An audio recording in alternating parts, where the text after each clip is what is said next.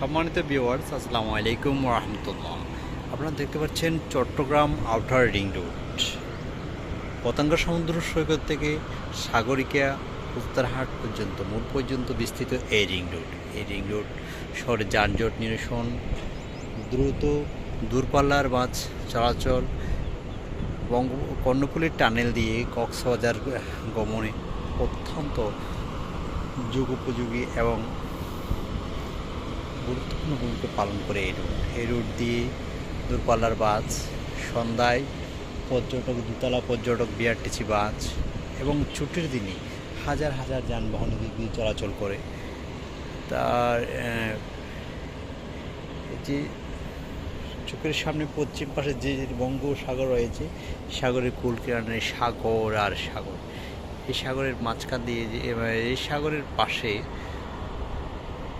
রয়েছে আর ফুজদারহাটের কর্নার রয়েছে উত্তর পাশে সাগর কুল গেসে রয়েছে ডিসি পার্ক।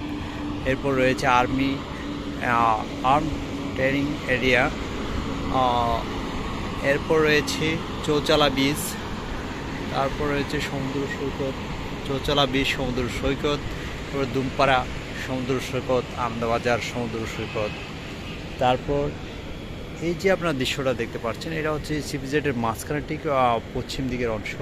দেখেন কে স্মুথলি গাড়ি চলতেছে, অনেক বড় রুট, 2 লাইন বিশিষ্ট এই রাস্তা দিয়ে ছোটো বড়ো motorcycle, auto rickshaw, private car, bus, truck, container, power trailer, prime mobile গাড়িগুলো চলাচল করে।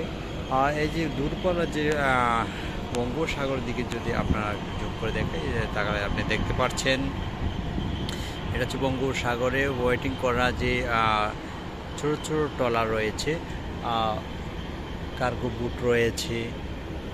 এ হচ্ছে সেই বন্দরে প্রবেশের জন্য যে সব ছোটো ছোটো জাহাজ এখানে নোঙর করা আছে, সেগুলো অনবরত এখানে নোঙর করে থাকে। বিশাল ছুটির দিনে, শুক্রবার আবার যে কোনো ছুটির দিনে এই দুমপাড়া হচ্ছে হাজার হাজার মানুষ পর্যটক এনে বেড়াতে আসে। ঠিক এই দুমপাড়া হয়ে আপনি যদি চলে যান আকমল আলী সি বিচ, এই রাস্তা দিয়ে যদি কিছু দূর গেলে Akmal Ali sea beach, 1 kilometre 1.5 kilometre পরে আকমল আলী সি বিচের দিকে যদি আপনি যান, দেখতে পাবেন এখানেও আরও রয়েছে সমুদ্র সৈকত, আকমল আলী সমুদ্র সৈকত। এরপর আকমল আলী থেকে আরও 4-5 কিলোমিটার দক্ষিণে গেলে পতেঙ্গা সমুদ্র সৈকত, জনপ্রিয় পপুলার পতেঙ্গা সমুদ্র সৈকত আপনি দেখতে পাবেন, যেখানে রয়েছে হাজার